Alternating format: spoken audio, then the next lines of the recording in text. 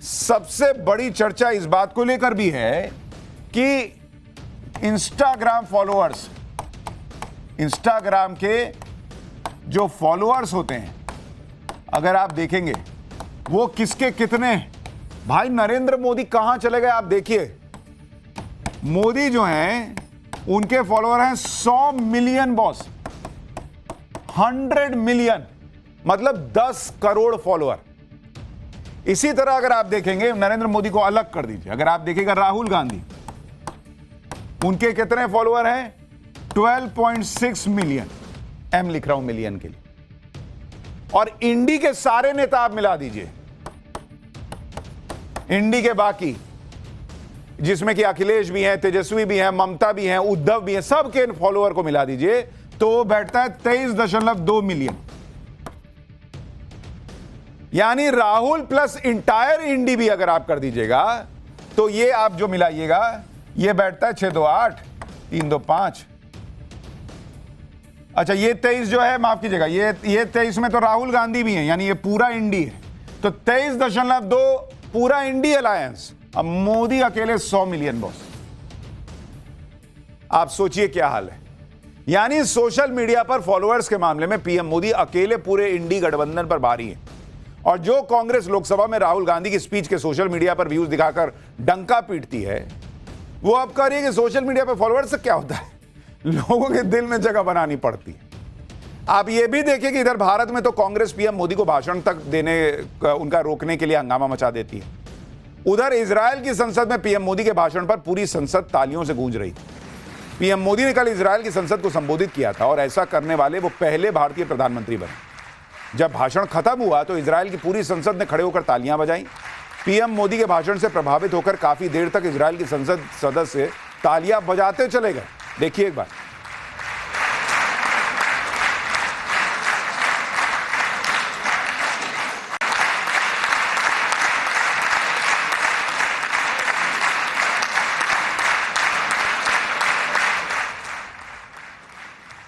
PM Modi अपना भाषण खत्म करके जब मंच से नीचे आए तो उनसे मिलने के लिए होड़ लग गई। इजराइल का हर नेता पीएम मोदी से मिलने के लिए बेताब दिख रहा था। वहां मौजूद हर शख्स पीएम मोदी के साथ सेल्फी ले लेना चाहता था। आप देख रहे हैं तस्वीर, हर आदमी फोटो खींच रहा है, सर एक सेल्फी हो जाए।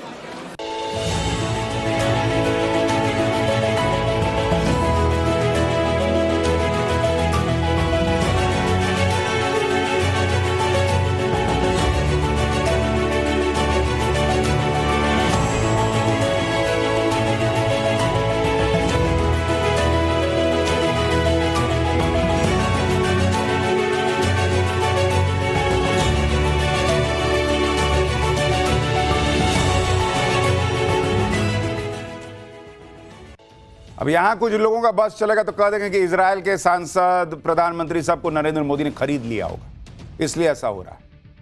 वो समझ ही नहीं पाएंगे बॉस कि ये क्यों हो रहा है। इजराइल के प्रधानमंत्री नेतन्याहू ने पीएम मोदी के स्वागत में कोई कसर नहीं छोड़ी। नेतन्याहू ने पीएम मोदी के सम्मान में डिनर का आयोजन किया था और डिनर में नेतन्याहू इंडियन ड्रेस पहनकर आ गए, जिसे देखकर पीएम मोदी भी हैरान रह गए। नेतन्याहू ने कहा कि डिनर से पहले भारतीय पोशाक पहनकर उन्होंने अपने मित्र मोदी को चौंका दिया। इजराइल के पीएम को भारतीय ड्रेस में देखकर बहुत से लोग हैरान हुए होंगे, लेकिन आज इजराइल के पीएम ने भारत के साथ अपने एक पुराने कनेक्शन का भी खुलासा किया। पीएम मोदी के साथ साझा प्रेस कॉन्फ्रेंस करते हुए इजराइल के पीएम ने यह कहकर चौंका दिया कि भारत का उन पर एक बड़ा एहसान है। इजराइल के पीएम ने ऐसा क्यों कहा, भारत से कनेक्शन की उन्होंने कौन सी कहानी सुनाई, आप देखिए। Finally, I have to say at the end of this visit that I owe India, I don't know if I told you this, Narendra, but I owe India a great personal debt. You see, when I met Sarah for the first time, I think our first or second date was in an Indian restaurant in Tel Aviv. It was Rina Pashkarna. And I have to tell you, there is no question. First of all, the food was unbelievable. And Sarah was introduced to it for the first time, so it was a great first date, not only with the food, the date was excellent too. So obviously, I'm indebted to you, as are my children, and I want to tell you how deeply and from the heart we feel both our personal friendship and the friendship between our governments and our peoples, and may this continue and flourish and strengthen. Israel दौरे पर भी PM Modi की car diplomacy जारी रही। Israel की संसद को संबोधित करने के बाद पीएम मोदी और नेतन्याहू म्यूजियम के लिए रवाना हुए। दोनों एक ही कार में सवार होकर म्यूजियम के लिए निकले। पीएम मोदी ने खुद यह तस्वीर शेयर की। पीएम मोदी ने भारत और इजराइल की दोस्ती को नेक्स्ट लेवल पर पहुंचाया है। यह मैसेज दिया कि भारत किसी के दबाव में उस देश का साथ नहीं छोड़ेगा जो हर वक्त भारत का साथ देता है। लेकिन पीएम मोदी के इजराइल दौरे से विपक्ष कैसे भड़का हुआ है, आप देखिए। ओवैसी कह रहे हैं कि गाजा नरसंहार को हमेशा याद रखा जाएगा। भारत के प्रधानमंत्री का इस समय इजराइल का दौरा करना और वारंट जारी किए गए कि एक युद्ध अपराधी को गले लगाना फिलिस्तीनी लोगों के प्रति भारत के लंबे समय से चल रहे समर्थन के साथ विश्वासघात है। शायद प्रधानमंत्री के दौरे के बाद अमेरिका ईरान पर हमला कर दे। ज़ायोनिज्म मुर्दाबाद। ओवैसी को फिलिस्तीन में जो लोग मर गए, बच्चे मर गए, महिलाएं मर गए, वो दिख रहा है। और हमास ने जिन महिलाओं और बच्चों को इजराइल में मार दिया, उनके लोगों को मार दिया, बंधक बनाकर रखा, वो उनको नहीं दिखता है ओवैसी को। वो बच्चे बच्चे नहीं है, वो महिलाएं महिलाएं नहीं है। इजराइल ने जो जवाब दिया उसमें भी जो मासूम बच्चे और महिलाएं मरे वो नहीं होना चाहिए था, लेकिन तराजू तो बराबर रखो। ओवैसी आरोप लगा रहे हैं कि नेतन्याहू से मिलना फिलिस्तीन के साथ धोखा है। सुनिए एक बार वो कैसी बात कर रहा है। मोदी जी, आप बेंजामिन नेतन्याहू को बोलकर सिर्फ गाजा में 15 मिनट के लिए जाइए। 15 मिनट के लिए गाजा में जाकर देख लो आप कि उस गाजा में जहां पर लोग 30 लाख के करीब लोग रहते थे, वो खंडेर बन चुका है।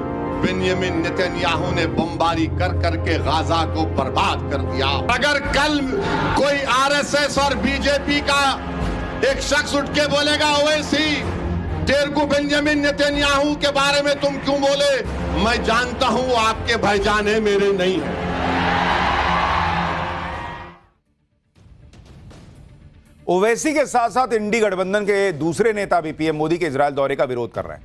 पीडीपी की महबूबा मुफ्ती और सपा नेता क्या कह रहे हैं, उनको भी सुनिए। तो ऐसे में मोदी जी जो 140 करोड़ लोगों के नुमाइंदे हैं, वो जाके एक क्रिमिनल के गले लगे, उससे मिले, उससे बात करें। मुझे लगता है ये शायद हमारे जो मुल्क हिंदुस्तान, गांधी के मुल्क के लिए ये कोई अच्छी निशानी नहीं है। इनके हिसाब से अच्छी निशानी ये है कि जो इजराइल भारत के साथ खड़ा रहता है उसको आप जो है ना कोहनी मार दीजिए, क्योंकि फिलिस्तीन में लोग मर गए और इजराइल में मर गए, उसकी कोई वैल्यू नहीं, उनकी थोड़ी कोई जान की कीमत है इनकी नजर में। कांग्रेस और बाकी विपक्षी दल पीएम मोदी के इजराइल दौरे का विरोध कर रहे हैं और ऐसा दिखा रहे हैं कि भारत ने फिलिस्तीन का साथ छोड़ दिया। भारत ने तो गाजा में हुई तबाही पर आंखें बंद कर ली, लेकिन इसका सच क्या है ये भी आपको बताता हूं। कल इजराइल की संसद को जब पीएम मोदी ने इजराइल और भारत के कनेक्शन की बात की, इजराइल पर आतंकी हमले की बात की, हमास का नाम लिया, तो इसके बीच पीएम मोदी ने फिलिस्तीन के मुद्दे से किनारा नहीं किया। इजराइल की संसद में खड़े होकर उन्होंने गाजा की भी बात की और फिलिस्तीन का भी जिक्र किया। सुनिए जरा। The Gaza Peace Initiative that was endorsed by the UN Security Council offers a pathway. India has expressed its firm support for the initiative. We believe that it holds the promise of a just and durable peace for all the people of the region, including by addressing the Palestine issue. Let all our efforts be guided by wisdom, courage, and humanity. The road to peace is not always easy, but India joins you and the world for dialogue, peace, and stability in this region.